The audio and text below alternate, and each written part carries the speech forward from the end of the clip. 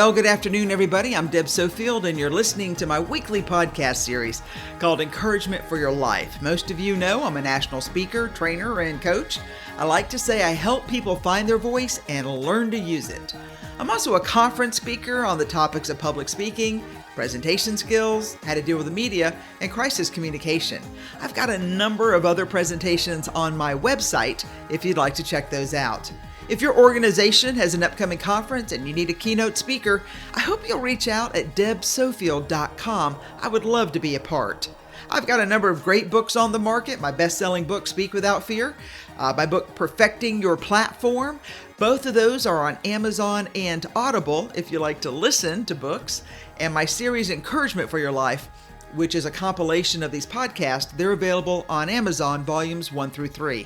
Just go into Amazon, type in my name, Deb Sofield, all my books will appear. I've got a great show today, and I'm going to talk about something I love that you only find on the South Carolina coast. But I'm calling my topic today, a friend, suspend your disbelief. I'm Deb Sofield. Thanks for joining me for these next few minutes. Let's get started with today's show. I have to admit, I love poetry. And recently, I reread the simple yet profound poem by William Wordsworth, and he said this: "With an eye made quiet by the power of harmony and the deep power of joy, we see into the life of things." Friend, I have to ask, do you see into the life of things? Or do you allow your mind to stop any exploration into things you know little to nothing about?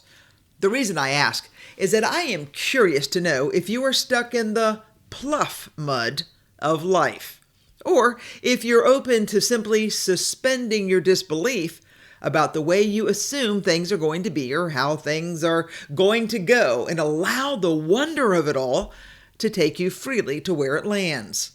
You know how this happens, right? You're invited to an event, you really don't want to go, and lo and behold, you get there, and it's nothing like you expected.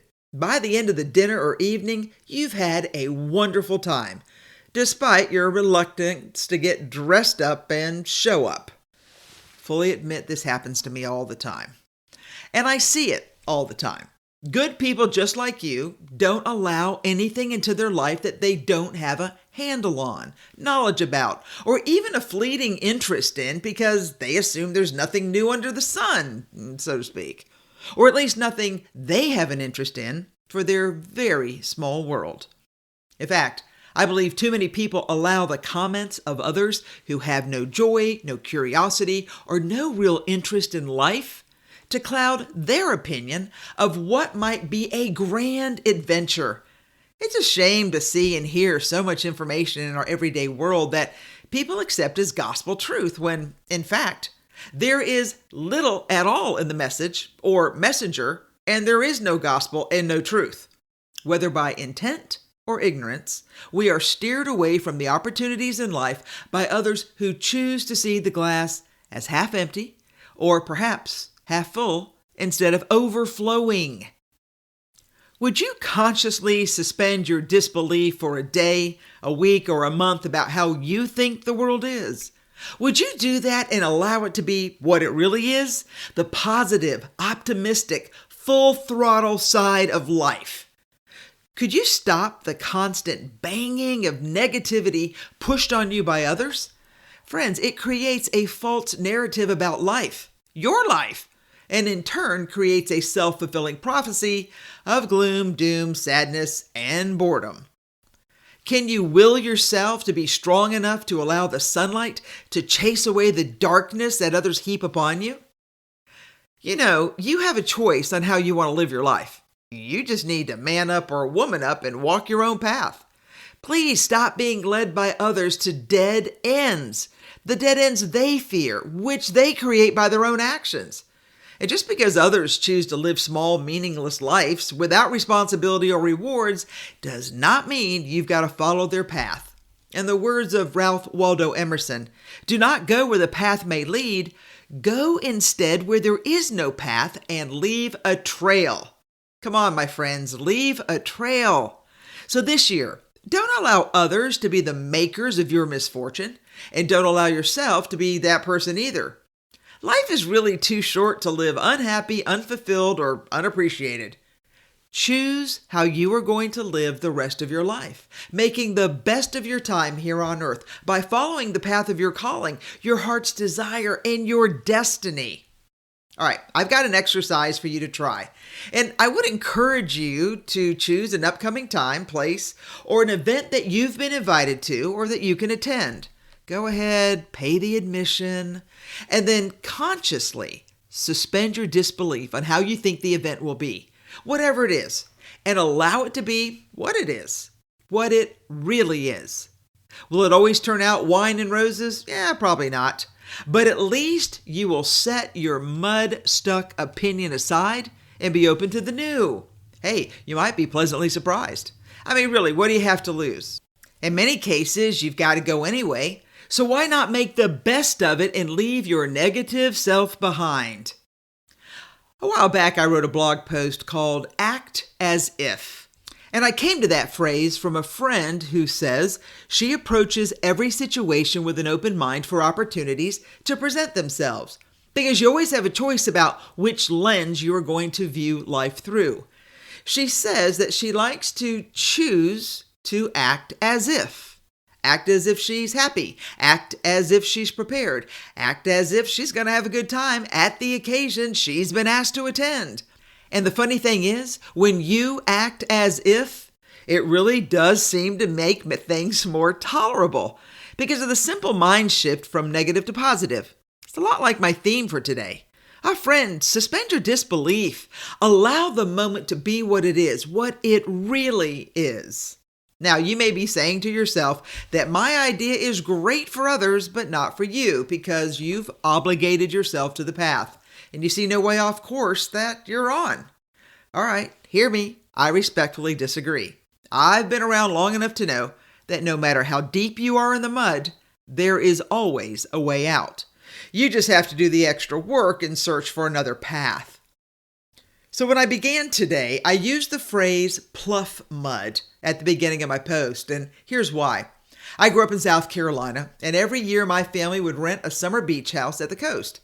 A few things you learn quickly about the South Carolina coast is that our oysters are deliciously salty, our blue crabs are small, our shrimp are sweet, and the fish, well, they're fat.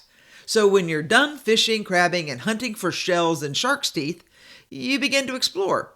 And within a few minutes, you will probably find yourself up in the marsh area. And once you're there, you're going to come across a smooth, dark gray or black muddy surface. It seems stable and it smells terrible, like a salty, briny, overripe eggs, if the wind is blowing.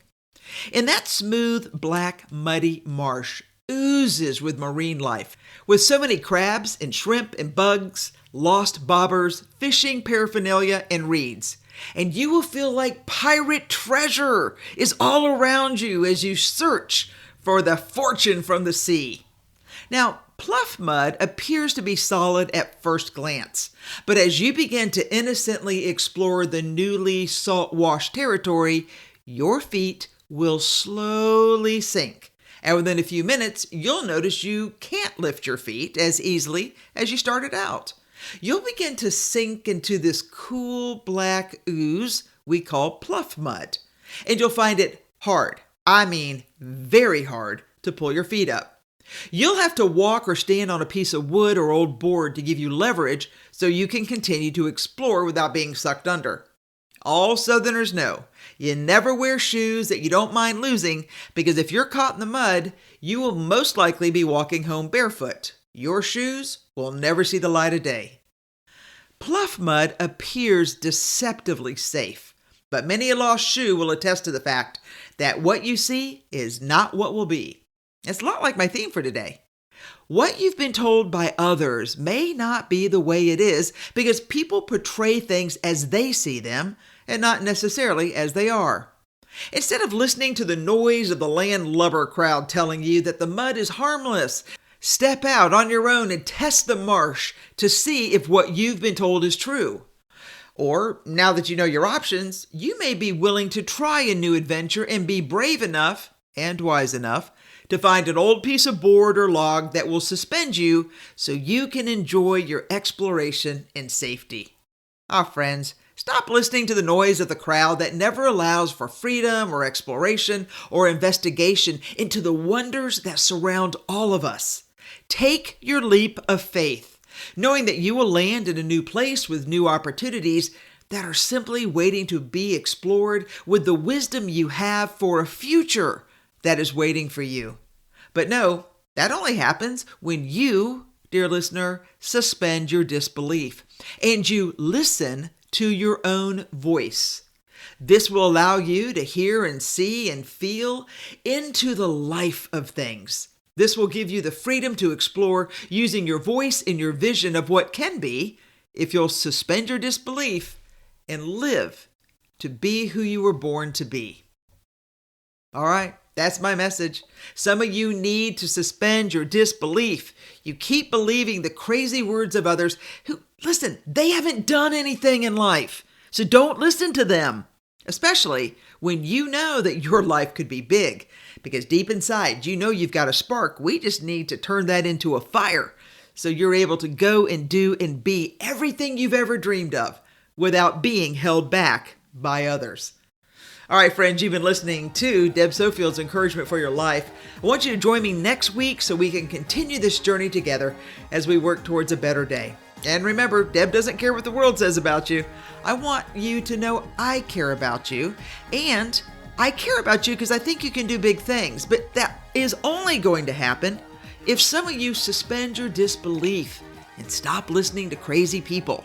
And here's my promise. I'm going to walk alongside you as we follow your dream to success. All right, thanks for joining me, everybody. I hope you have a great week, and I look forward to you connecting with me again.